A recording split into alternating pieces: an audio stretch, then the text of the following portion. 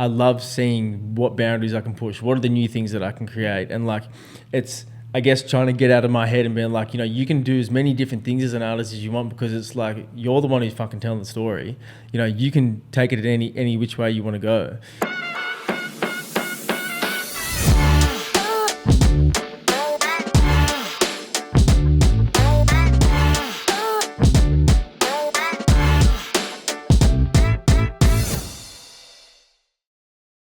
Through this whole process inspired me to get back to painting, and then now that I've done it, it's just lit something up in me. And then speaking with all these different artists, different creatives like yourself included, it's just kind of just like nudged me a little bit more. It's like, just give it a go, give it a go. I found that the biggest barrier to entry for art, in a sense, for me, is like having the space and not having to clean up. Like, I used to have an art studio just around the corner here with a bunch of my mates. And like, the number one thing that I struggled with was just, because we're young, there was like 5 of us in a space. It was probably no bigger than this room. Oh, jeez. And like, it was sick because like, we'd all use it at different times. So when you would go there, you'd have the courtesy and you clean up after yourself and you put it away. Like, I want to be able to walk in somewhere, make a fucking mess, and then be able to just like leave with it still on the walls and come back so I don't have to set it up. Because I was doing so much airbrushing back then. Like, half the time with the airbrushing, you're spending 2 hours trying to figure out why it's not working. It's just like, why is this thing clogged and what's going on? It's like, you've just got the whole design in your head, you're ready to go, and then you're like, all right, why? And you're just spending literally like an hour or two just sitting there just fiddling with this thing. So it's like, that's a massive thing for me, is just like, I'm still yet to have a place like that, because even when I was at Good Ideas, it's like, we're in a nice sort of office space. I don't really want to mess it up too bad. I would love to have a place which is sort of already got a fair bit of paint, being applied to the walls and the ground. You don't feel too bad about doing it, and you can just go crazy with it. Yeah, that's ideally what you want, right? Like, and it has that feel to it. Like it holds on to a lot of the memories as 100%. Well, of it being a studio space like that. Yeah, and that's what I'm sort of like. I wouldn't say I'm worried about it, but in Mexico City, this residency that I got coming up, like, I was looking at a bunch of the photos. And it looks beautiful. Like, it's a really nice art space. Like, people use it for a range of different like dancing things, but also painting and different things like that. And I'm thinking like, it would be great if I could go in there and not have to worry too hard, because I don't feel like I want to be just minimizing what I can do due to the fact that it has a really clean space. For sure. It needs to be conducive to the work that you want to try to create as well. Yeah. Tell us about that anyway, man. Like, how far away till you... So I'm leaving next Thursday, and then we go... I'm going with my housemate and my brother and a friend of mine from Copenhagen. So we go for 2 weeks at the start, just holidaying. In Copenhagen first? So he used to live in Copenhagen. Yeah. He's been a friend that he's... we'll get to that. I think there's some good stories. There's a bit in that. So he's flying over. So there's like 3... At the start, there's 3 weeks with me and some mates, and then I dive into the residency for 4 weeks, and that's in Mexico City. I just sort of like, I've been using residencies as a way to break up my work here in a sense. I feel like I struggle to focus on like my art practice sometimes, like, because through graphic design it takes up a lot of my time, and then finding the time to sit down after a full work day to be like, okay, now let's sit down, let's create. It's pretty unmotivating sometimes. So being able to detach myself from Melbourne, and also Melbourne, I get so caught up in just life here. Like, it'll hit the weekend, I'm like, oh yeah, got all these grand plans, and before you know it, I've done this, that, and the other, and I haven't done the art projects I want to do. So when I feel like having residencies in play, I'm able to actually detach myself, focus for 4 weeks, and actually immerse myself, and also like immerse myself in new cultures. I feel like it's the best way for me to get new inspiration and like influence from different places. And that really affects my style and like the environment that I'm in. And it's crazy because it wasn't until back in the day when I was living in Copenhagen, that was the first time when I was over there and I was like, holy shit, like when you're in a city by yourself and you don't really know anyone, there's so many more hours in the day. Like, you wake up in the morning, it's like, okay, so I've got nothing to do with anyone. Like, and especially if like, for sure I'll be meeting people and socializing and doing whatever, but like, it's not my main goal there. So my main goal is to create. So all of a sudden I've got like, 18 hours of the day that I can be making stuff. So all of a sudden my productivity can go up and I can actually focus on what I want to do. There's a lot that comes down to getting into the flow state with creativity. Big time. Even with me in design work, like there's so many times where it's like I need to have time to sit and dwell on what I'm doing. Like, there's times where like I'll have a client meeting and they'll tell me all the things that they want me to create.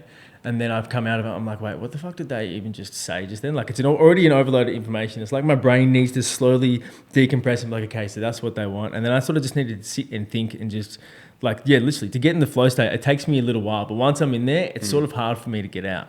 Like when I was younger, like when I was growing up and I was like, when I was doing graffiti when I was younger, I'd have my head in the sketchbook a lot of the time. And like when I'd be doing these, like I used to do these black books and all this sort of stuff. And once I got into the state of like, okay, I'm really liking what I'm doing, I'd be doing it, you know, up until 2, 3, 4 in the morning because I'm like really in the flow state and I want to complete what I've started. Dude, and did you get into the state when like, because you were just creating so much? Because I did the whole black book thing as well, right? Yeah. Just like sketching everything and just working on lettering. And it wasn't that I graphed a lot, but I just love to illustrate graphs.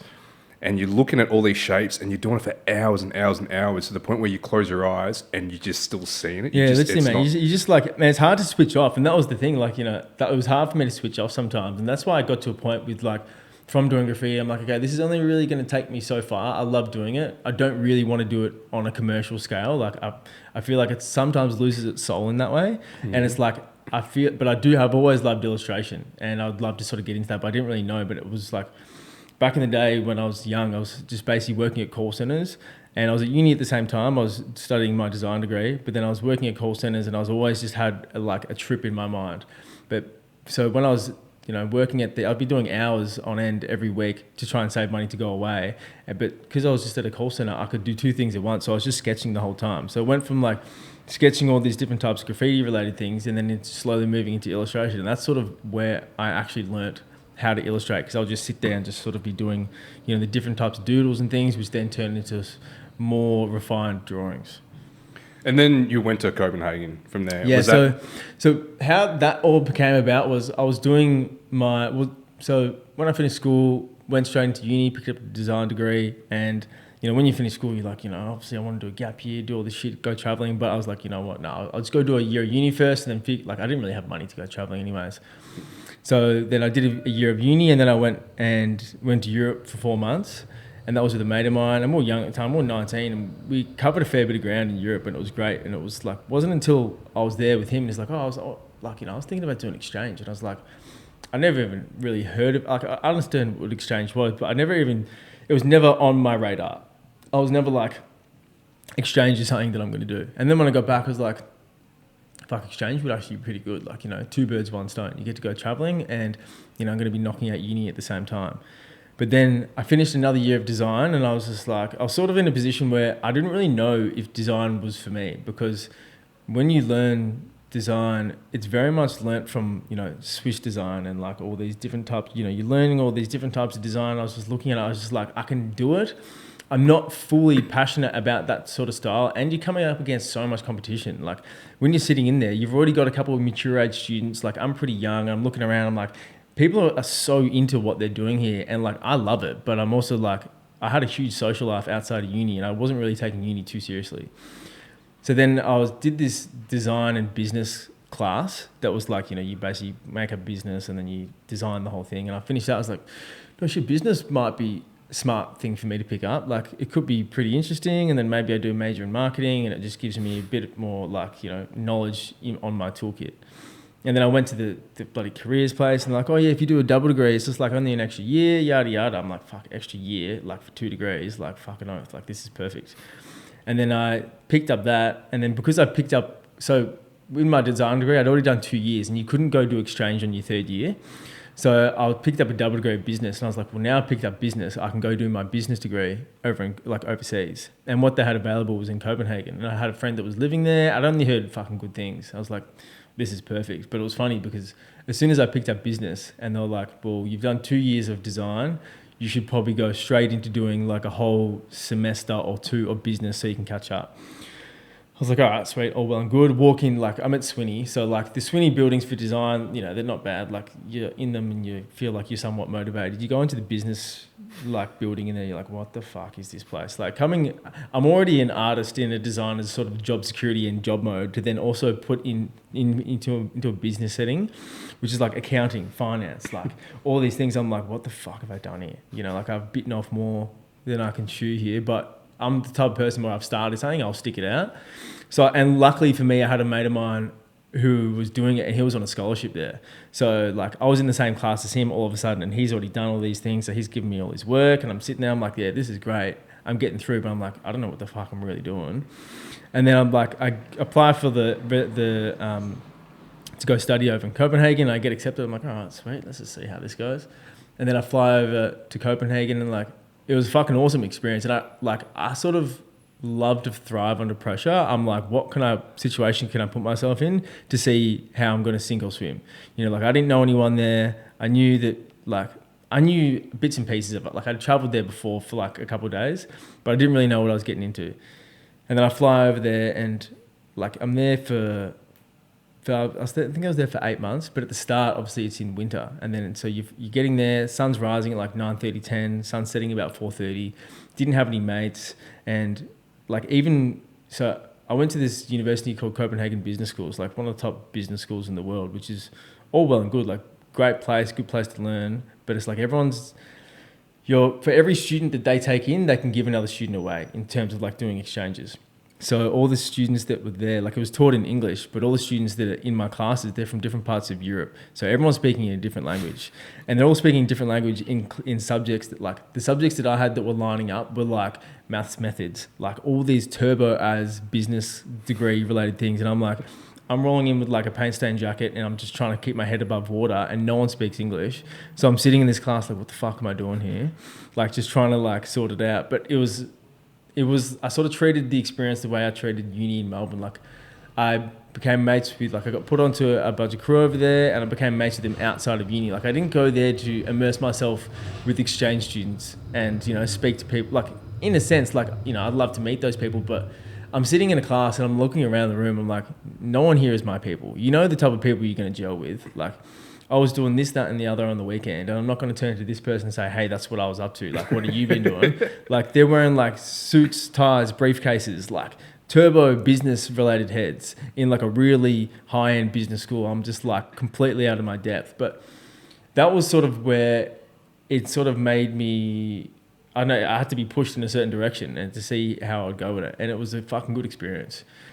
I'm sort of in a position now where, even now with these residencies, doing one in Bali last year, now one in Mexico, like I love connecting with people from overseas. I feel like there's so many people that are so like-minded to us, but it's like different walks of life and their influence on us, I feel like is really strong. And now I'm in a process where I love like, it's sort of making like international communities. Like it's so nice to know that anywhere that we go in the world and out right now, we can probably be put onto someone and we're going to see the city for what it is. Like if I wasn't put onto who I was put onto in Copenhagen, I would have had a completely different experience. Like I saw it the way that I wanted to see it. So it's nice to know now that like, you know, through things like doing graffiti, through the art world, through things like that. And obviously, you know, if you're a good human, you're going to attract good humans. Like if you're going to be a good person to someone, they're probably going to recommend you to someone and vice versa. Now, it's the same thing happens with me. Now, if there's going to be someone who's living over here from overseas, like I'll give them the time of day. Like I understand what it's been like. You know, I went and moved to Copenhagen. Someone giving you the time of day to be like, hey, where are you from? What are you up to? Like, you know, do you want to actually meet up for a beer? Like, let's have a yarn. Like, what's your story? Like having that, reciprocating that. And then like now with, for example, when Joachim and Camilla, when they came back from Copenhagen, when they lived over here just recently for 3 months, like they put me on when I was in Copenhagen. So when they came here, they lived with me, like they did all these things. I was like, I can't wait to show you the city the way that you showed me yours. Yeah, man. That's the thing, right? Like when you're going and when you're traveling, you will eventually just gravitate to people that have the same values and the same essence as you. And art has an incredible way of connecting people with like 100%. Spirited type people as well. Yeah. So going to Copenhagen for you would have just been, I mean, a lot of great things have come out of that, but, you know, just being in that foreign environment would have just really highlighted to you is like, this is not what I want. Yeah, for sure. And especially within the business side of things. Like, I feel like doing that, it was good because, I mean, I find my relationship with uni a funny thing. Like, you know, I was there for 7 years and I completed it and for 2 pieces of paper and 60 grand hex debt. Like, you know, and it's, you know, and then there's people, for example, like Marcos, who went the other side of things and didn't go to uni, but then he's got this, you know, thriving design passion, all this stuff, and he's like really good at it, a master of his craft. And it's funny to see, like, it's definitely helped me. Like, I feel like it helped me a lot with problem solving, maybe more so, and like understanding the bigger picture and like how they can be attacked in certain ways.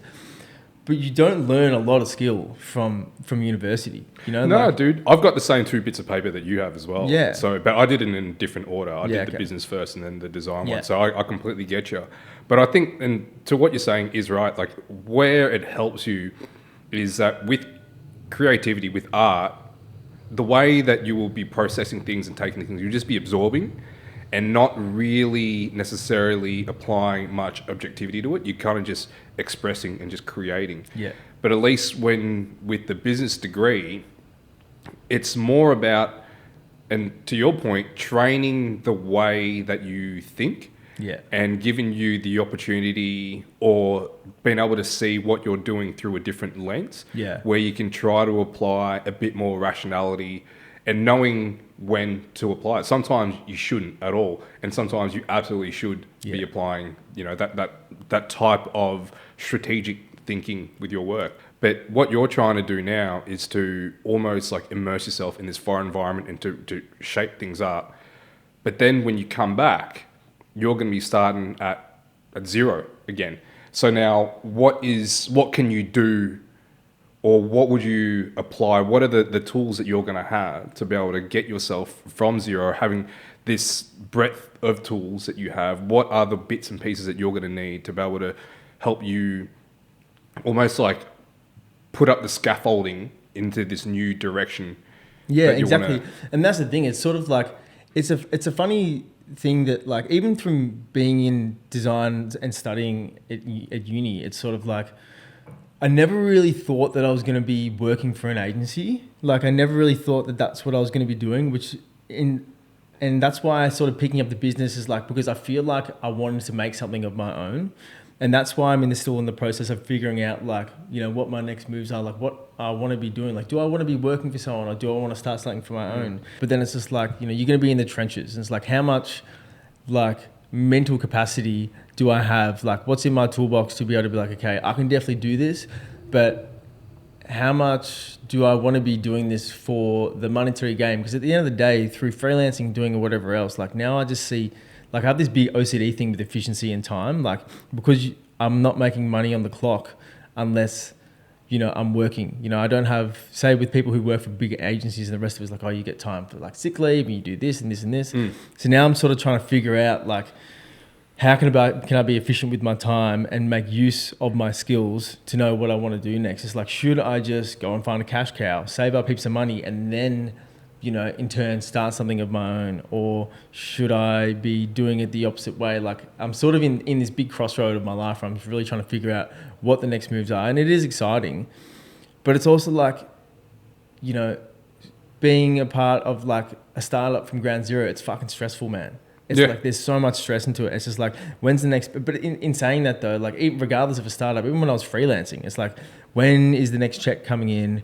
At what point am I gonna be having to, you know, borrow some money off someone just so I can make ends meet? And then like, at that point, it's like it gets draining. And then it's like when it gets draining, you get burnt out, and it's just like my creativity just goes down the shitter.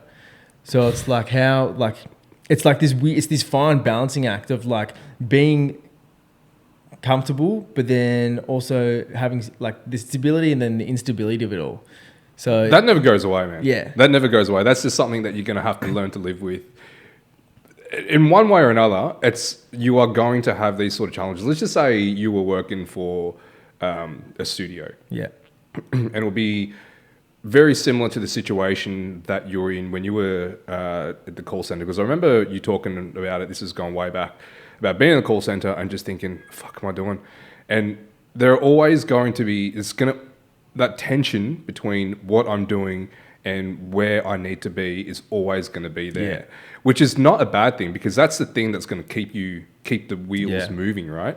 And it's just having to some degree, having blind faith that what you're doing is going to get you to where you're supposed to be. And I feel like recently, like I'm having a lot of more faith in the universe and the things that I'm doing. Like for example, getting these residencies, like I feel like being able to, like when I was first getting them, like I obviously like I had to have a body of work to originally have that. And I never really did, because when I first started making, like, I started sort of freelancing design, and I never really thought that my art-based practices were really going to be bought and things like that. And then as I started, like, you know, when I first started up my Instagram a little while ago, I was posting some art stuff, but it was like, I was never making like large bodies of work. It was like, I'd make one piece of art and then I'd put it online, I'd sell it, and like, it'd just be going fast.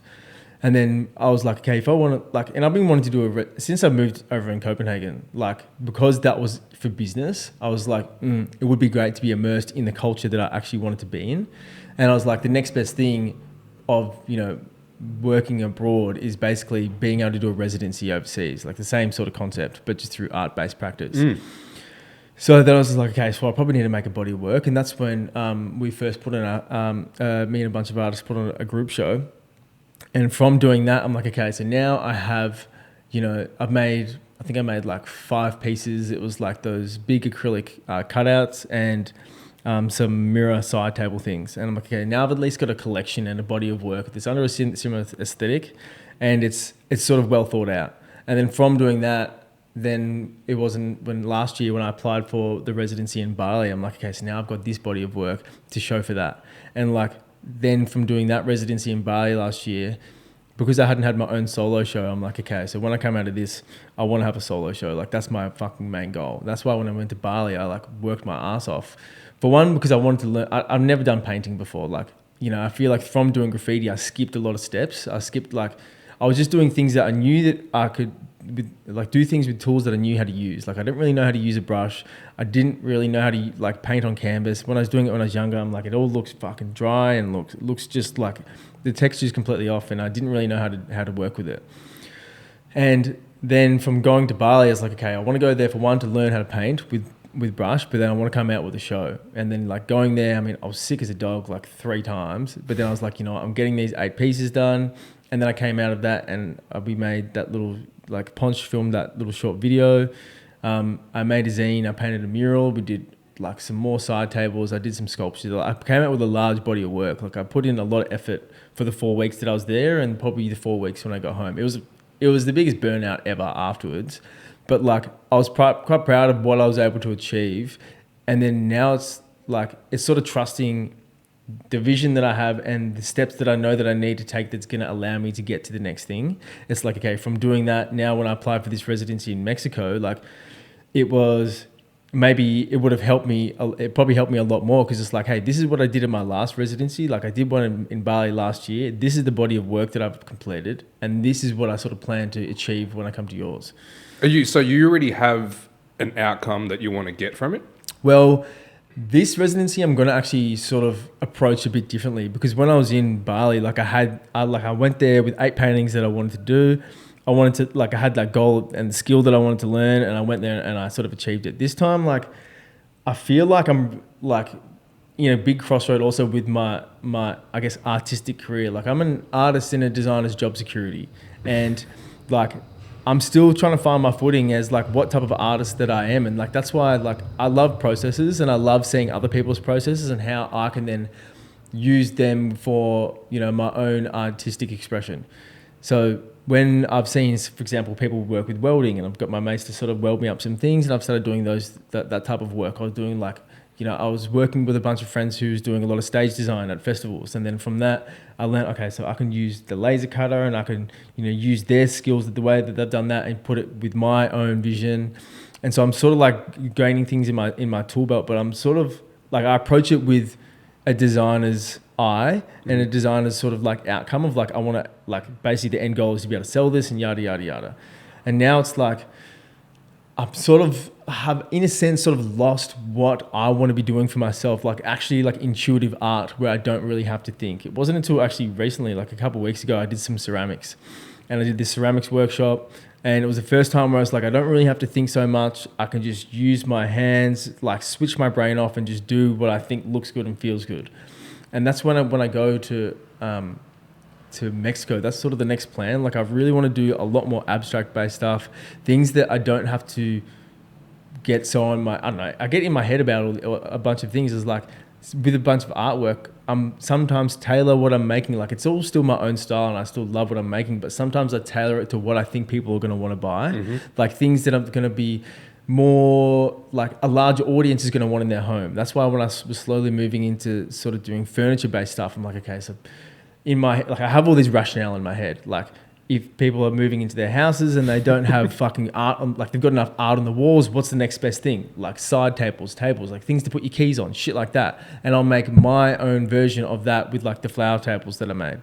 And then when I was slowly moving into the paintings, I'm like, mirrors would be really fucking cool. Like, I love the look of them. And then people also fucking need mirrors in their house. So I always have this rationale behind the type of things that I want to make. And because I have like this OCD thing with efficiency, I don't want to just be making things for the fucking sake of it. You know, I want to be sometimes getting some return on what I'm doing, which is sort of, it's like, it's comes to my detriment. I'm like, sometimes I'm getting lost in what I think other people want for their own homes, coming from like a designer's like background and knowledge into like actually this residency, I want to make things that I want to make. Like I want to just experiment. Like I'm not planning on coming out with like a solo show afterwards. It's like very much like the exploration and the journey is like the pieces in themselves. Yeah. So like I want to go over there and like I've been speaking to a couple of local videographers and I'm thinking about sort of videoing the whole experience and then maybe having a viewing afterwards and like just showing the process of me going over there and trying these new things.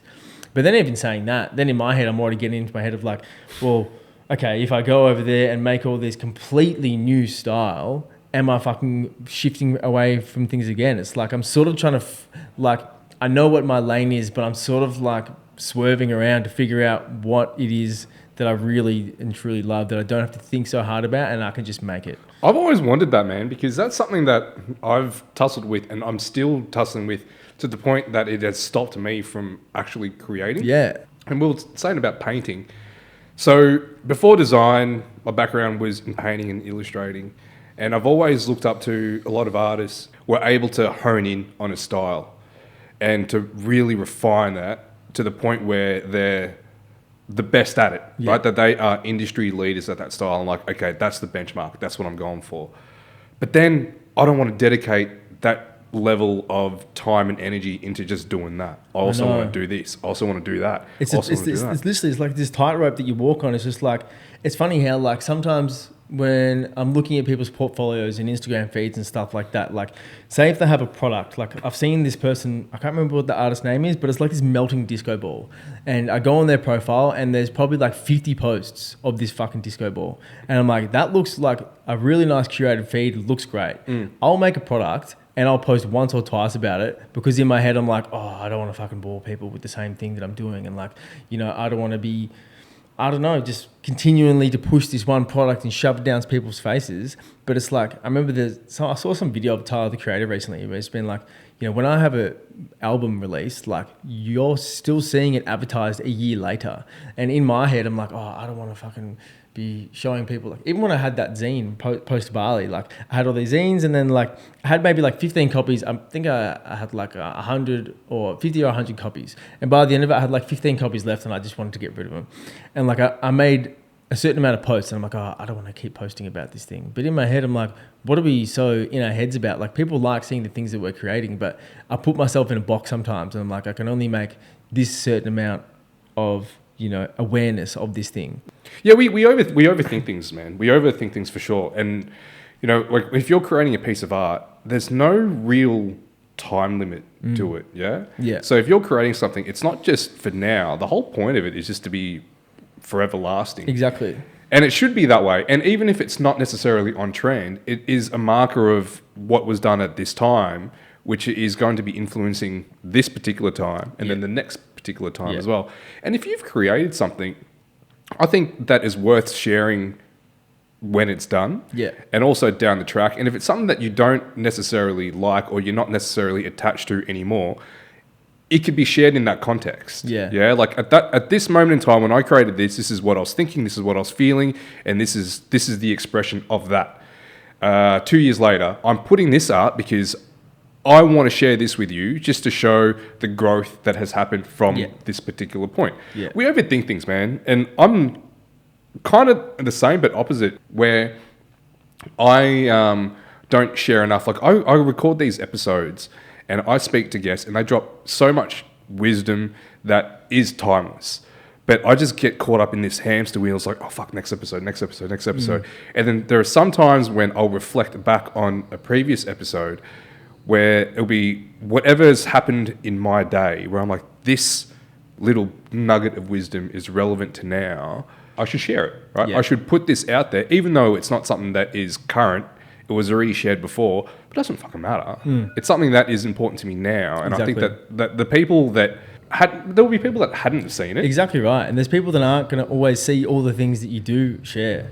But actually back to your point before about someone making this the same, having the same style or making the same thing. It's like, I find it like, it's quite interesting to see how there's certain artists, they can just focus on like they're making one character or one certain, like that disco ball thing that I was talking about, and they can just keep like replicating it.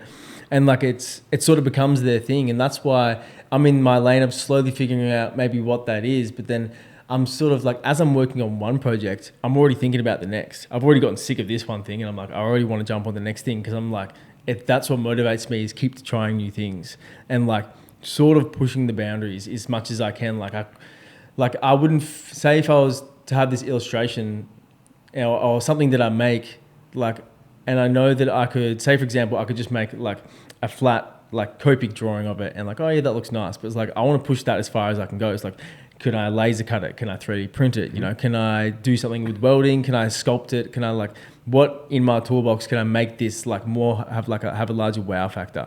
But you've already intentionally decided that you don't want to continue doing the same thing, right? Like if you're going to go to Bali, at this point in your life, what was that like? Maybe that's a year, 2 years ago? Yeah, it was a year ago now, yeah. Yeah.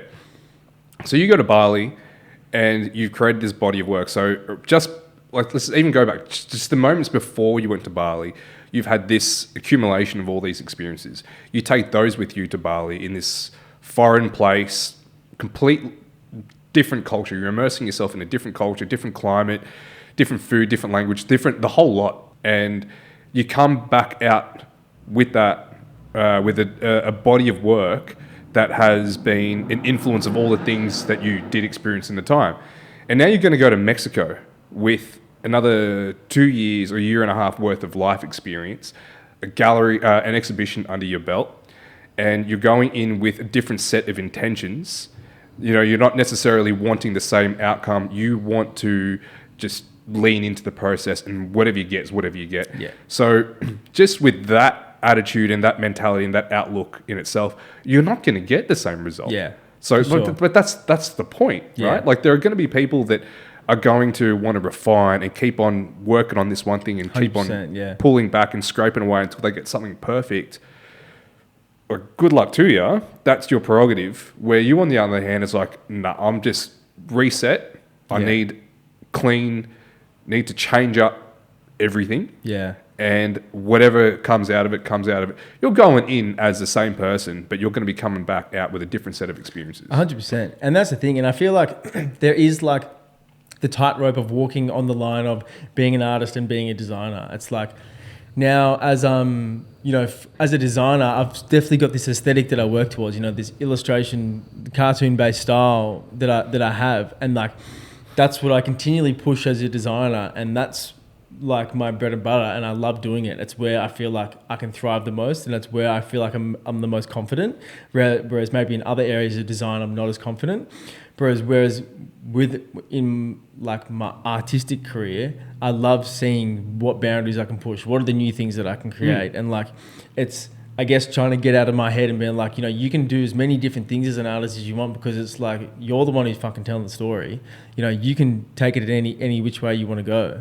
And it's now me sort of trying to continually push that, whilst also, I guess, having the confidence in knowing that I can just keep doing what I want to do and not have to completely worry. Like, I guess through social media, you're constantly in this battle in your head of like, like, I've got so many art projects, for example, that I want to do, but all of a sudden there's like 20 steps that are added to that process. It's like, okay, if I make if I make a painting, it's like, okay, so am I filming me making this painting? Am I making a reel from making this painting? Like, it's all content-based stuff. And like, once I actually have completed it, Am I going to put it up on my website? How am I selling it? What's the fucking logistics of that? Like all of a sudden there's all these steps that are added to something that should be a quite quick and easy and fast process just due to the fact that, you know, it's social media is the game these days. And like, if you don't win, you're not going to play. Sorry. If you don't play, you're not going to win in a sense of that. But like, it's sort of, it's because it's like a lot of monetary based stuff in my design practice that then filtrates into my art head that I sort of need to remove myself from that a little bit and just be like, just make the shit you want to make, you know, explore the stuff you want to explore and don't have to worry about external pressures. Yeah, it's a tough one, man. And it's not, you're not alone in that battle. I think we all go through that. Yeah. There is so much, and I think the layers is a good way of explaining it because, you know, all you want to do is just paint. You just want to create, right? Yeah. You're just here, you want to do that. But then there's all this other bullshit that comes into it that you have to also consider. And you've got so much bandwidth, right? Let's just say, you know, you've got this much that you can actually think about and you just want to dedicate that entire bandwidth just to creating. Yeah. But then a little bit here needs to go to, oh, okay, maybe I should film it. Oh, okay, how am I going to frame it? Oh, okay, now I've got to get the lighting right. Oh, no, okay, so I didn't, that take wasn't right. So now I've got to go redo that take, but I've already done that bit of the painting. And it's all these little bits and pieces and you just like, and then right down, when you whittle it all down, you've only got just that little bit left capacity to do the actual artwork. 100%. And that's a very good point because that's how I feel sometimes, 100%. And even like, I guess after like yourself, like when you do a big day of designing, then like your creativity bandwidth is gone even smaller and smaller. It's like, you know, even back in the day when I used to be really into doing painting and graffiti and stuff, and these days I don't do it as much because it's like my creativity's already like spent so much on art and design in itself external to that I don't even really have that time mentally for that anymore. And even with like, I've always said like when I've been speaking to people about art stuff, it's like, fuck, how good would it be to just have a team underneath you that would have to worry about everything else. Like they worry about selling it, they worry about doing the rest of it, and I solely can just create what I want to do and not have to worry about it. Yeah, but in order to get to that point, you've got to go through all the shit. Exactly right. And that's the thing. It's just like, fuck it. Let's just you know, dive headfirst into the trenches and let's just like figure this out. And I guess like, you know, that's why I can respect the upbringing that I've had in terms of like the DIY attitude learnt from graffiti and things like that, where it's just like, fuck it, let's just try this. Like, let's just make this rickety old looking tripod and like, if it works, it works. You know, you don't have to have all this flashy gear and the rest of it. Just like, let's just figure it out. Man, there's been so much that you learn from graffiti, right? Like it's not just, it's crazy. It's not even just the rickety shit that like that's part of the look as well. You kind of want it to look, I'm not talking about the artwork, but I'm talking about just capturing how it's all created. Especially like if you're going to be just bombing, right? You're up against a whole bunch of other shit, other challenges, and you're like, how do I not only just bomb, but I'm going to have to somehow capture this? And the more amateur it looks, the better. And, you know, you're pushing all these boundaries and you're breaking all these rules, and then you can take all those lessons and then you can apply it to other parts of your life. And then if you're going to be getting to other avenues of art, you can take a lot of those lessons. Like I was talking to Sahil Roy about that, and that's kind of his practice, right? Like it's based on the foundations of what he learnt in graffiti. But that's a key thing that, you know, you can take a lot of the shit that you learnt from one area and then put it back into your practice. That's like when I went to Bali last year and I was obviously trying to do this painting, like I had these, you know, obviously these initial ideas that I had, but when I got there, they sort of got thrown out the window because I couldn't really get the paint. Like I really didn't know what materials I was going to have access to. Like obviously there's art stores and the rest of there, but like the colors that I wanted weren't there. The type of materials that I wanted wasn't really there. So then by the time I got there, I was just like, well, fuck it. Let's just go to the local hardware store and we'll just get some shit house paint and we'll figure it out. And then when I was painting with that, I mean, like, I didn't really understand much about like opacities and transparencies of different types of acrylic paint that you're using. I'm like, why the fuck isn't this working? And like, why is it cracking? Why is it like looking all busted up? But then I was speaking to Reese, and Reese was like, you just got to sort of surrender to the medium. And then like, once I did that, I was like, no shit, like I can actually immerse myself in this now because I'm less worried about how it looks. And it's just like, and I guess it comes from a graffiti like mentality where it's like, you know, you'd be making roller poles out of sticks and you'd be like doing the rest of it. Like if it works, it works. Like if you can just you know, find out this little method, and it's still gonna come out with a good outcome if you don't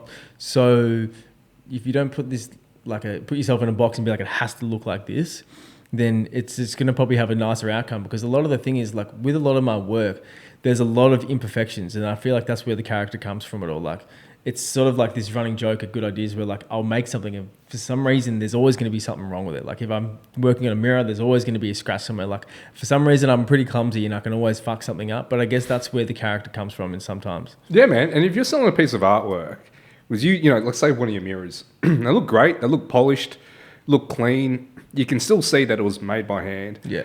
But if there's a scratch on it, whoever's buying that knows that Christian touched that. Right? Exactly. He did that. Yeah, you know? exactly. Like, at some point in the process of making it, he left that little mark there.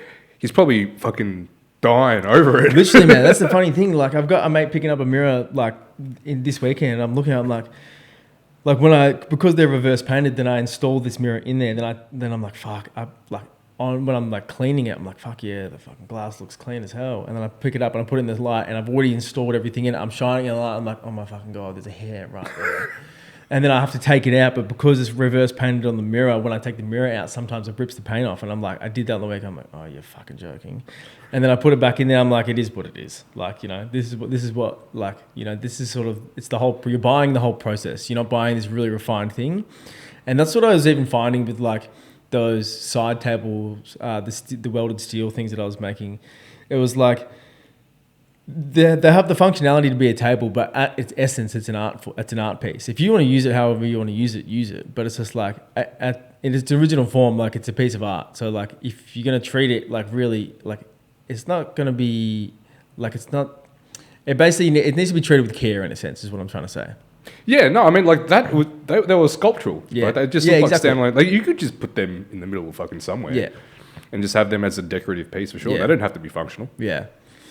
Yeah, I mean, and that's what, like, in the future, like, 5-year goal, I would love to get further into making furniture-based stuff or sculptural stuff. Like, that was something that, it's funny because now, after being out of uni and, like, looking back on the years of just, like, fucking around, and, like, even when I picked up the double degree of business, like, when you pick that up, they're like, okay, so you're going to reduce the amount of electives you have because you're picking up this double degree. And then when I went and I was like looking at what design subjects I had left, I was like, fuck me, like, I've got 2 more classes left, and then I'm doing straight business. I'm looking at my folio now, don't like any of it. And when I was originally, you know, fresh out of high school, and there was like, all of a sudden I was like with 4 of my best mates in uni, so we just wanted to be in the same classes together. We didn't give a fuck what was going on. We were doing just like, the way that it was working, a mate of mine, Will, like, he didn't really like public speaking. So he would be the only one who was looking at the subject outlines, and if there was no public speaking, he would be choosing that one. And we wouldn't, like, I was young at the time, didn't really care. I was just like, yeah, sweet, I'll do that one with him. I'm in these classes, I'm like, what the fuck is this class? What am I doing this for? When I could have been doing things with like After Effects, or I could have been doing like industrial design, learning how to do 3D printing, learning how to do CAD. Like, there's so many amazing opportunities that I could have gone with that would maybe have helped me, and like things that I would love to be learning now. Like, that's why when we were saying before about you don't really learn a lot at uni, now I've been sort of picking up short courses. Like, I did a lead lighting, like stained glass window course recently, like, and doing that ceramics workshop. Like, I want to learn things that I can use with my hand, like do with my hands, and you're actually learning. Like, you're not doing 3 years of fucking some dumb subjects that you have to do on the side of things just because they're a core subject and you have to know this knowledge. It's like, I don't really need to know all of that. I just want to know how to use, like, learn this skill. Like, I would love to do a short course in welding moving forward, because I feel like, for one, it would, like, you can do a lot of things with welding, and for two, I think it'd be really awesome to learn that process and then applying my artistic sort of expression and vision on it, and seeing how I can use those skills to then create other things. Yeah, for sure, man. And I agree with you, man. Like, I've touched on this a couple of times on this podcast about uni, and not really knowing what value it brings, especially now, like 20 years after being at uni. Like, how much did it really contribute to this? Yeah. And I don't want to say not at all, but I feel you there. I know what you mean. Like, it's like, yeah, I learnt stuff, but like, when I remember when I went, like, I got back from Copenhagen, and that's when I got approached by Itchpeak to be their graphic designer. Oh, yeah? And when I was working with I did them, not know that, but that's cool. Yeah, so I grew up with them when I was younger through snowboarding, and I knew their younger brother and all the rest of it. So like I've grown up with them for like in my early teens and stuff like that. So I've known them for a while. And then I got back from Europe, and Nate was at Swinney, and I remember that they approached me and asked me if I wanted to come on as a graphic designer, and I was like, yeah, that's probably a smart thing for me to do in terms of the type of style that I want to push, and like going to be able to learn a lot. And I remember just in the process of like in the thoughts of like what skills that I have, I was thinking like, oh yeah, I know how to use Illustrator. I've just been doing uni for like 3 years, and then I get there, I'm like, I don't fucking know how to use Illustrator, like not the way that I thought I did. And it's funny because when you're doing these subjects, like you're not actually learning how to, in the classes, you don't really learning how to use these programs. It's not like, real world examples. No. Hey, come back with your project, talk about it in front of the class, get some feedback, and then go home. It's just like, I don't even know how the fuck to use this program. So that's where like now these days moving forward is like, I want to be doing things like welding. I want to be doing these different short corps of maybe like cabinet making or something like that. So I can actually put my hands to use and be able to make these new creations of like that's sort of the next sort of chapter that I would like to start moving towards. To be fair, for uni, especially in graphic design, they have this course called graphic design or visual design, but then they're trying to teach this, but visual design and graphic design is this, right? Like 100%. You break that down into so many different roles that fall within the scope of what visual design is, and they're trying to condense all of that down into 3 years. So there's going to be shit that you're going to learn that isn't going to be relevant. 100%. But they're probably going to be relevant for other people though. Like, and I guess it all comes down to... It'll be a taster. It'll just be a little taster. It's exactly. Not going to be enough to understand what that's about. Like me now, I guess like for the last probably 10, 15 years, I've been doing brand design. Yeah. They don't teach you that in uni. They give you maybe one project. They're saying, here we go, go design a logo and that is very color true. scheme for a brand. Yeah. It's like, okay, but they don't teach you the guts of it.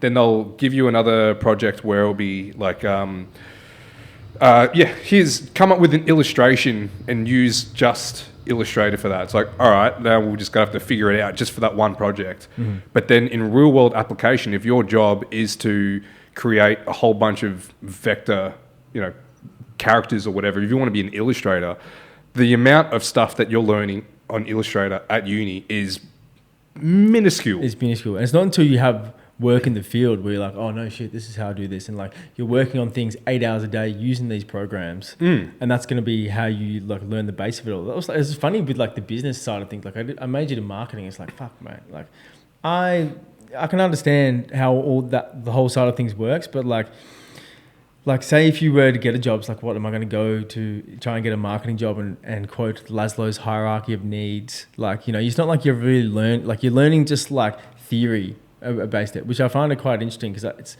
sometimes I don't think it's so like you can't really apply the skills that you have until you have this like on the ground knowledge and you're getting drilled in with people around you. And that's why I think it's like, when you see people who don't really have a degree and they go straight into it, it's like, it's almost a smart way to do it where you can just like, you learn the skills from the get-go and you learn how business actually works. Yeah. The challenge with that is when if you're going to be bypassing uni, and this is the thing with uni, you get a little bit of a taster for all of it, and then you start to recognize what areas interest you, what doesn't interest you. But if you're going to jump straight into it, first you got to get really lucky and have someone that's going to back you. Yeah. So you're going to have dedicated a lot of energy and a lot of time of just creating things and willing to learn on the fly yourself. You don't need a degree. You need a folio and a body of work that shows that you give a fuck, right? That you're willing to have a crack. That's the thing. It's the motivation to show, and that's what I found when I was in uni. It's like, it's like, I'm not going home and sitting all night and like designing all these things on forums and like trying to like learn these programs. I was going home and I was doing graffiti when I was younger. And that's why I was like, the inner artist within myself was like, that's what I was more keen on doing. And that the experiences from that, which I guess has in turn shaped the rest of the path of what I've done now. Oh, but dude, it's such a common thing when you have an artist that's doing design because it is a safer not even safer, but it's a pathway that is paved. Exactly, right? and has a couple more opportunities than say do it. Because I remember I was like my original plan leaving high school was like maybe I go to VCA and like do that, and then but I didn't know if there was how many opportunities there was going to be. It's like, okay, so when I finish that, what am I going to do after that? Like, you know, what is exactly what you said before? Like in design, there's more of a paved path of like these are the opportunities that are going to arise from doing this degree. Yeah, and then because the pathways are already created, there's going to be the competition is just rife. There's just way more people in it that think that they can have a go. With artists, and no matter what the discipline is, it doesn't have to be visual art. Music is another example where you just have to have a crack and you've got to grind it out. Where I think a lot of it is more to do with it's an endurance, right? Like you need to be able to show that you're here for the long haul, and you can just grind it out and show that process and show that development and show that growth. Because you have a look at some of the successful artists, right? Like if you're, you know, just for example on Instagram, if you want to use followers as a metric of success, the ones that have big followings and have work that is of a high caliber, they've been doing it for years. And they've just been doing it from without anyone guiding them. They've just been doing it and just, it's just a continuity of them going through this process and trusting that something good is going to come out of it. Yeah. So I believe that if there is some, you know, degree of resilience and persistence, that only something good will come out of that. 100%. Yeah. And I agree with that. And that's like with like a lot of the work that I've been doing over the past 2 years, like we like a lot of the time, you seem like you're in the trenches and like you're just doing all this stuff, but like the amount of effort that I've been putting in with certain different projects, and but like when we were speaking of good ideas with some things, I was like, you know, the amount of effort that we're putting in here, this is gonna lead to something that's greater than us for sure. Because like once that maybe is recognized somewhere, it's almost like you're in training. You're like, okay, now when the opportunity does come, you're like, I'm ready for this. Like I've been putting in work regardless of getting paid, or putting in work regardless of wanting, you know, this success to come from it, just because I've been learning and I'm just like been training myself for it. So then when the big opportunity does come, it's like, okay, I'm ready for this. Yeah, and that's the attitude, man. You've always got to be thinking that you're constantly in training. Yeah. And it's with the opportunity that you're looking for will eventually come. No, actually, no, I lied. It won't necessarily eventually come, but the opportunity that comes to you, how am I going to word this? It's more that like the opportunities that come to you are the ones that you're going to be prepared for at the time that they come, right? So it could be that, you know, that you're working towards this particular thing, and right now what you think you're doing is going to take you there, but it might take you somewhere else. 100%. And I found that a lot of the time, it's like, for example, when I was like younger, like and wanting to travel overseas and stuff, that was when, you know, you'd be under the most amount of pressure to be able to have to make money to go traveling. So that's when I would put my hand up to a lot of things that I wouldn't usually put my hand up to try and make money, to try and, you know, for example, I'm working 3 different jobs and things that I wouldn't usually ever do, or like I'm hanging out with certain types of people because, you know, this is where this opportunity has led me to, because I'm trying to achieve this goal, but now it's taken me on a different path. And that's where I feel like there's a lot of magic in that. It's just like you can learn so much and have so many different experiences from having this one goal, but like wherever that takes you, it's like not dragging your heels in a certain way, just sort of like going with the flow. I'm like, oh, let's just roll with this and let's see where this takes us. Yeah, man, you got to just resign to the process and try not to get too hung up on outcomes. I think that's one of the things that we find really hard to detach ourselves from, that we do things for an outcome rather than doing things for the doing of the thing. 100%. And that's where I feel like there is, once again, with that fine line of being an artist and a designer, because when you're a designer, there's set outcomes, there's set deliverables, whereas as an artist, it's more about the journey and what you can create. And, you know, you might have been like, hey, I'm going to make 8 paintings, but now instead of making 8 paintings, I've made 4, and then now I've made these 4 random sculptures that have come with it, you know? And like, even for example, with what I was making over in Bali, like I had these 8 paintings that I wanted to make, but then at the same time, I was sort of started coming up with sort of some small other ideas of like, oh, maybe I'll make this sculpture from this thing that I was looking at. And then I sort of like subconsciously made this abstract painting on the side, which was like where I would be cleaning my brushes all the time. Then I made this big abstract painting, which I wasn't intentionally doing at the start. But then by the end of it, I'm like, I'm almost liking this random abstract thing more than what I've been making.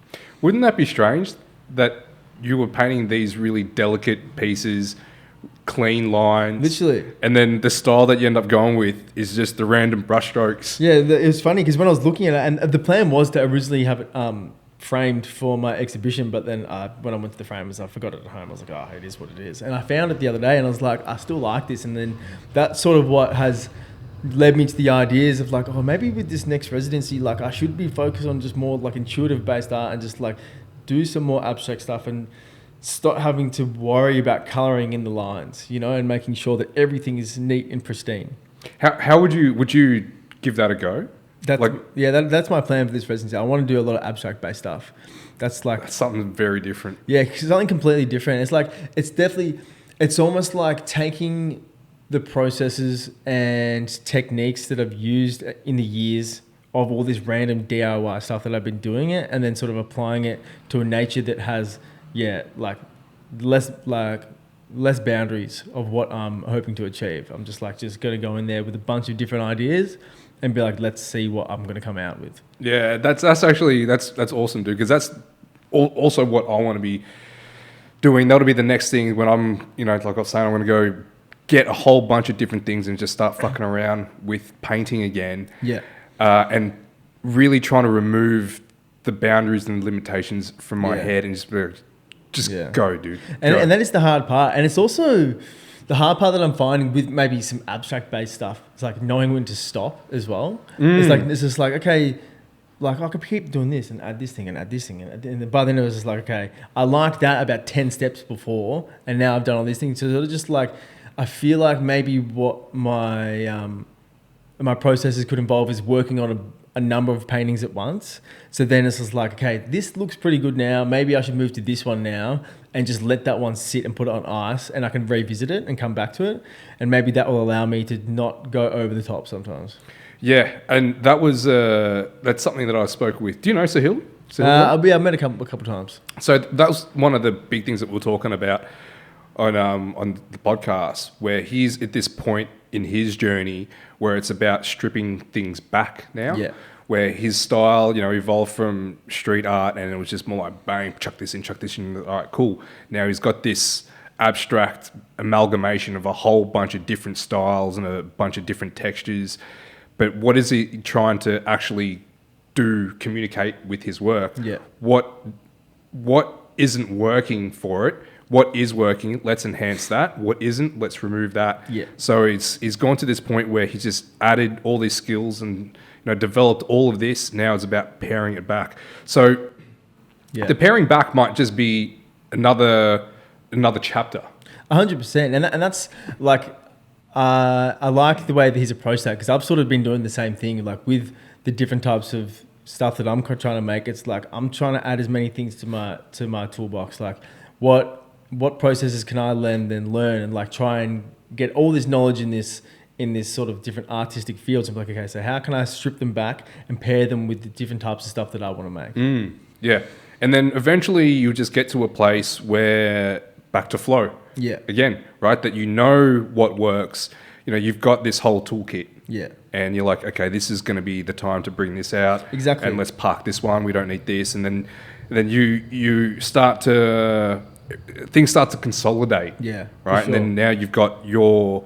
Maybe that's it. We just spent this whole time talking about developing your process. Yeah. And that's it. That's your process there. Your process is in the process. Exactly. And that's the thing. And I also like being able to have the capability from all these processes, then say when I move on to, like, say if I am having a show, having the knowledge of knowing the different ways that these skills can then affect the experience. Like now, for example, with the last show that we had, doing like 3D design for the mirrors and stuff like that, it's like, okay, how is it going to now affect the space that people are in? Like now people from seeing reflections, the room's going to seem larger. And then like from now learning this new skill of doing 3D printing, like I wanted to move into then doing large scale, like blow up, like you know how there's like you can do like different types of blow up art with like it's with all the air inside it and stuff like that. I'm losing my mind here trying to. What do you mean? Like as in like not in, like just like inflatables. inflatable? Yes, that's what I was looking for. Inflatables. Like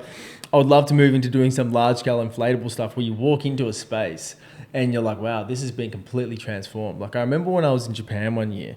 I walked into an exhibition, they were like screen printing on the ground, screen printing on the walls. I'm like, fuck, this is like a really interesting way to be able to change the experience of someone walking into this room. And now that's sort of what I'm learning through being able to do. Like say if I had a blank canvas, like in a room like this, it's like, oh, like now from doing LED lighting, like I could make some stained glass windows. I could make some inflatables that like with the helium that sit on the roof with some mirrors that change the whole thing. Like I would love people to walk in and be like, holy fuck, this is completely different. It's not just like a normal gallery space that has white walls and some paintings on it. Like I sort of really want to like push the boundaries and go a little bit out of the box. But from doing that, because I only like learned design when I was growing up, now is the time where I'm like adding to my toolbox to see the different ways that I can learn these skills that again are then sort of, I guess maybe in my mind, I'm just envisioning this crazy fucking show. I don't know when it's going to be, but like if I learn the skills now, the things I know that I'm going to be able to achieve in the future. Yeah, man. Context is it's a vital ingredient with doing a show. Yeah. Because your work is predominantly visual. So not necessarily just stuff hanging on walls, but it's very tactile as well. How do you enhance the experience of people engaging with that? Exactly. Right? Like I just dropped that episode with Josh Lord, how he when he has his shows, he brings a lot of he has punk bands playing with it, because that's the sort of environment that he wants people to experience his work through, is through listening to that, resonate with that kind of sound. So if you're going to be shifting the environment and manipulating that in a way that's going to be more conducive to people experiencing the work how you want to, then of course that's something that you need to consider. Exactly. And I think and it's exciting, and that's why I'm keen to sort of keep learning, and that's why seeing people's processes and meeting new artists, and it's I love to see the way that people's brains tick over and the way that they would approach a space and see these things, because it's almost like from when you're sort of learning in the upbringing, you can sort of have a one-track mind of the type of stuff that you're wanting to create, and then as you sort of get these other influences, it's like, oh, it's nice to see how this person does this. Like even for example, last night I was doing this video course with James Rush, and cool. even doing some stuff with him, with me and my brother, because it was like, that's a new skill that I want to learn. Like I've done video stuff before, I made a video for my last exhibition when I made those the big TV stack installation, and I do a lot of my content already. So it's like, but it was nice to work with him and be like, okay, so how does what's your process? What's your workflow? How is your learning your process then going to be able to make mine more efficient, and how is it going to be able to strengthen what I have currently? He's a great one to connect with. He balances the creativity and the business side of things really 100%. Well. And one thing that I really admire in this type of work that he does is really good storytelling. Mm-hmm. So, and that's what I sort of wanted to learn. It's just okay, so how can I, rather than just being a sequential timeline of for example, because and the reason why is because when I want to go to Mexico, I want to sort of make a short documentary or whatever of my time there. I'm how can I storytell it well without it just being a sequence of events? It's hey, I landed here, went here, did this, yada, yada. Okay, how can I storytell this in such a way that this was my experience here, but it grabs people's attention. And I guess say, for example, when I had my exhibition last time and me and Ponch, we made that 5-6 minute video or whatever it was, we had the people's attention there because they were already there for the show. They're going to view it. Whereas say if you're starting to post more things online, you've probably got 5 seconds at the start to grab someone's attention before they keep scrolling. So it's how... Oh, less, dude. Exactly right. So it's what things is he going to be able to teach me? What are some new tips and tricks that I could learn in that to be able to enhance the type of video work that I'm currently doing? And then also be able to, when I'm working with these videographers over in Mexico, to be able to understand what they're going to have to be processing so I can make the whole process even better. Okay, so understanding storyboarding, understanding, the type of shots that I should be looking for, what type of B-roll do we want to get? all those type of things, because I'm also going to be shooting it as well myself. So if I can, that's like trying to just learn more processes like that. And I feel like that's then going to enhance the overall outcome at the end. And even you considering this before you go, rather than just trying to wing it, it will help you while you're there, even just trying to create, not artificially, but create moments, right? Or to even help you structure your time there. Exactly. Where right. instead of just being like, fuck, what do I do now? It's like, well, now you know what to do, because Exactly. you've planned all this out. Get in there, try this.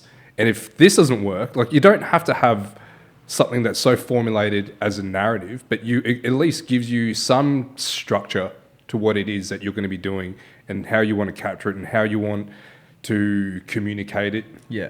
I think that's a brilliant idea. And I think that you seem to be going in with a plan, a loose plan. Yeah. And that's the funny thing, but that loose plan, like even you just saying that what you were saying just then is like, it's funny how the structure of the like the video stuff, it gives me some form of solace that I'm like not going in there and I'm just going run and gun and I'm sort of like already have a plan. But then to also be going into this artistic side of things where I'm creating things and I don't, like, I've got ideas but I don't really have a plan, that already gives me this weird feeling where it's like, fuck, am I going to be, I'm there for 4 weeks. Am I going to be making use of my time properly? And it's like, it's this funny like thing that I have in my body where I'm just like, I haven't, like, for the last residency, I had 8 paintings planned out. I knew exactly what I was doing. I can be doing 2 paintings a week. This time it's like, I don't even really know what I want to be like. I'm sort of surrendering to the fact that I don't know. And that's going to be the journey in itself. But now I'm out of my comfort zone. I'm usually somewhat pre-planned to do something like this. And I guess it's nice having like the video side of thing planned, but even with that, it's like, because I don't even know what I'm doing, I don't even really know what I'm going to be filming. Like, I've got loose plans of like these ideas that I had where I was like, I wanted to walk around and take photos of a lot of traditional vases or different traditional Mexican ceramics and things like that. And then do some abstract based stuff and then paint these other vases and stuff over the top of it, but like do it in such a way. But even that, like, I had all these ideas. I'm like, but I don't even know how this is going to work. So it's funny, this battle in my mind of like having structure and having no structure, and like the fine line of it still being effective for the use of my time. I've spoken with documentary filmmakers here on this podcast, and the way it goes for them is that having the experience of creating a documentary, they know that what they're going to be taking with them is, we are here to capture. We're here to to not necessarily influence the process of it, but what happens is that just through the recording of the documentary is when the documentary comes together. So it's capture all the footage. Yeah. For like to give like yours as an example, just go and just do it. And once you've finished, the result is going to be clear to you, right? Like it's hard, like, because you don't want to forecast too far ahead. Exactly. Like, I don't want it to be in this box where it's like, this is what we have to do, because, where all the best part of the footage is probably going to be all the random experimental things and the stuff that just happens. It will come together. For them, it was always like, we're just here to capture as much footage as we can, and then we know that once we have all this, we can then spend the time to reflect on it, and then we know the outcome that we're going to build after the fact. 100%. And I think that's going to be the beauty of it all. And, it's exciting because it's like, this is the type of work that I haven't really done before. And I thought, what, fuck it, the time is now. It wasn't until I was actually with a friend of mine, Jerome, recently, and he was like, yeah, you should go over there. You should just film everything. You should speak to a videographer over there. And then like that planted the seed. I'm like, no shit, like I should probably get on, because I've been thinking about that. And the last time I was in Bali, like I did all the filming myself, but it doesn't really catch the in-person, like, the me making the things and the whole documentation of the process is very much first person. And like I was having to set up tripods and do all the rest of it. And like, because this is maybe going to be a little bit more, going out into, the streets and like seeing, like getting influenced out there, but then maybe documenting me getting that influence might be something that could be quite interesting. Man, I'm looking forward to this, dude. Like, this is going to be very revolutionary in your storytelling, Yeah. in your aesthetic, in your growth, the whole lot. It's just going to change everything up. I think so as well. So you're off Thursday. Next Thursday, bro. By the time this comes out, you're probably not, or you'll be just about to kick off the residency. That's exciting stuff, mate. Yeah. Yeah. Man, oh, wow. Ballsy of you to be doing something like this, but at the same time, I feel as though that a lot of creators, especially artists, need to give themselves opportunities like this, just to go clean slate. 100%. And they are available. You know, like these residencies, like they're all around the world to do. Like, you know, the way that I've found them, like, I mean, the way that I sort of in my head started doing it was like, obviously, because then I can take a step back from doing design work and just focus. But they're all like, it also allows you to do two things at once. You get to go on a holiday and also be immersed in different places. And like, from doing my first residency, I'm like, okay, where's the next place I want to go to? Like, Mexico, that would be a cool place. And found one over there, and like, and I'm sort of trying to build up my portfolio of residencies. So then I can start getting grants for them. I can start getting, you know, paid to go to do these things. Like, I'm hoping if I can in the future, because it's like you're slowly just trying to just build up the current work that I have and the body of work that I have. Man, what a trip. Yeah. Sounds good. Your social media. People can just find you on social media, Instagrams. yeah. Instagram, works.by.christian, works by Christian. On TikTok, probably the same. I don't even fucking use it. But yeah, just probably on Instagram is my most recent up-to-date work. Christian McMahon. Thanks, dude. Thanks, bro. Thanks for having me on. I'm loving what you're doing, and keep doing it.